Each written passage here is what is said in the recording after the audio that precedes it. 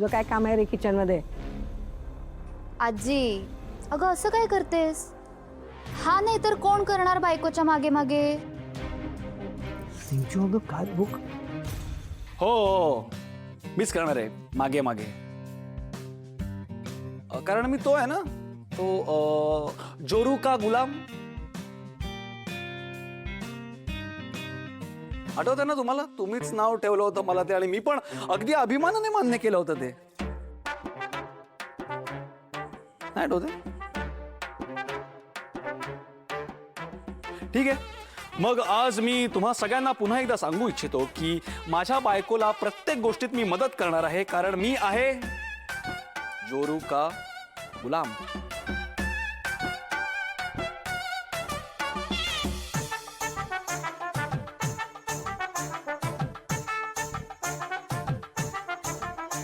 आपण कोणाच्या तरी आनंदाचं कारण झालो की किती छान वाटतं ना. मॅडम, तुम्ही माझं मन वगैरे ओळखायला लागलात आता. म्हणजे अहो म्हणजे मलाही सेम वाटतंय. हो, म्हणजे बघा ना, इतकी वर्ष झाली मी जनसेवा करतोय ना, म्हणजे आपण लोकांच्या कामी येतोय. आपल्यामुळे लोकांची रखडलेली कामं पूर्ण होत आहेत. आणि मॅडम, खरं सांगू का तुम्हाला, म्हणजे हे बघून ना जाम भारी वाटतं. आणि हा म्हणजे हे सगळं करताना म्हणजे आपण बरंच काही केलं त्यांच्यासाठी, तरी पण त्यांच्याकडून आपल्याला काही मिळावं असं अजिबात वाटत नाही मॅडम. त्यांचे आशीर्वाद आपल्याला मिळाले ना, हे एवढंच खूप आहे मॅडम. आणि आज आहे ना, अगदी असंच वाटलंय. हे सगळं झालं मॅडम फक्त आणि फक्त तुमच्यामुळे. सो तुम्हाला खूप खूप थँक्यू. अहो, मला काय थँक्यू म्हणताय तुम्ही? हे बघा, थँक्यू म्हणायचं असेल ना तर देवी आईला म्हणा. तिच्यामुळेच तर हे सगळं घडतंय. अहो, तीच तर तुमच्याकडनं हे सगळं करून घेते. मी तर फक्त निमित्त आहे. मॅडम, तसं नाही म्हणायचंय मला. म्हणजे त्याचं काय, म्हणजे बघा ना, की म्हणजे एवढी वर्ष झाली मी जनसेवा करतोय, पण या लोकांचा हा प्रॉब्लेम एवढा सगळा आहे, हा आतापर्यंत मला कळलाच नाही. हो मॅडम, मला काय वाटतं माहितीये का, इथून पुढे ना मी त्यांना धान्य पुरवठा केलाच पाहिजे. म्हणजे कसं त्यांची कायमची सोय होऊन जाईल ना. काय वाटतं तुम्हाला? नाही सिद्धिराज, अशी भावनेच्या भरात जाऊन मदत नाही करायची. म्हणजे म्हणजे हे बघा, तुम्ही जर का त्यांना असा आयता धान्य पुरवठा केलात ना, तर ते काही कामं करण्यासाठी धडपडच करणार नाहीत. अशाने आपण त्यांना पांगळ करतोय. अहो, त्यांना धान्याची नाही, कामाची गरज आहे.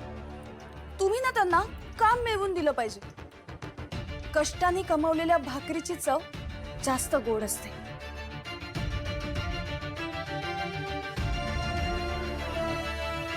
करेक्ट बोलला तो मॅडम. म्हणजे हे सगळं माझ्या डोक्यातच नाही आलं. मॅडम, कसं काय सुचतं तुम्हाला हे सगळं? तुमच्याकडे बघून. माझ्याकडे बघून? हो. उगाचच बोलता तुम्ही आता मॅडम. सकाळपासून दुसरं कोणी भेटलं नाही का तुम्हाला? अहो, खरंच म्हणतेय मी. बरं ऐका, मी तुम्हाला अजून एक सुचवू? अहो, विषय का मॅडम, बोला ना. हे बघा, म्हणजे आपण त्या सगळ्यांना काम मिळवून देऊच. त्यांनी काय होईल, त्यांचा घर खर्च भागेल आणि रोजच्या जगण्याला त्यांच्या शिस्त येईल. पण हे इतकं पुरेसं नाहीये. प्रश्न पुढच्या पिढीचा आहे.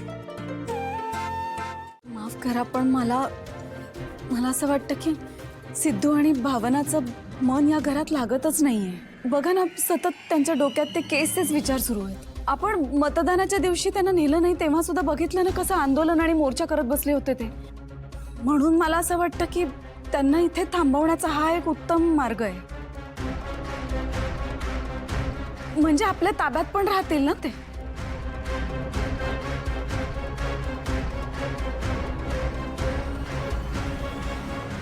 नाही मॅडम, असं काही करून आपल्याला जावंच लागणार आहे. अहो, पण काय नाही केलंय या अणेजीसाठी. उपास तपास व्रत ते जे म्हणतील ते सगळं केलंय. म्हणून आज काहीही झालं ना मॅडम, तरी आपण पोलीस स्टेशनला जाणारच.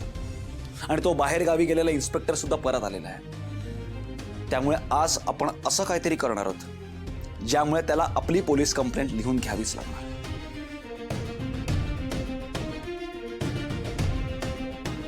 निघूया मॅडम.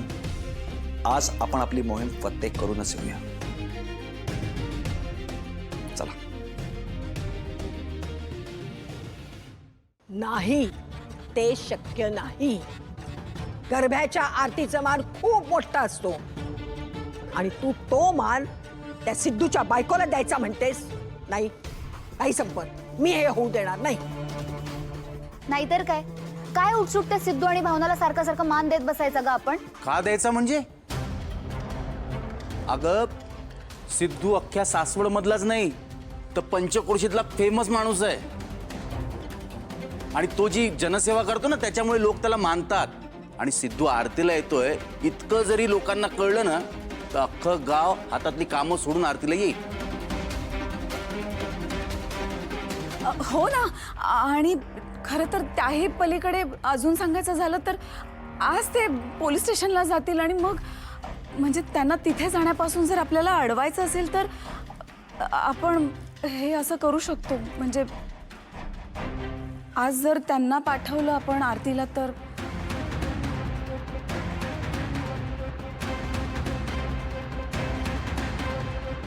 अगदी 100 नंबरी बोललीस तू.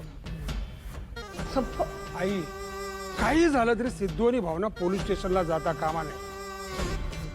आरतीचं कारण सांगून जर त्यांना घरी थांबवता येणार असेल तर माझी काही हरकत नाही त्यांनी आरती केली तर. अरे पण अगं पण आई ती केस रजिस्टर होता कामा नये त्यासाठी मी वाटेल ते करायला तयार आहे. आरतीचा मान सिद्धू आणि भावनालाच मिळेल. आता हा विषय इथं बंद.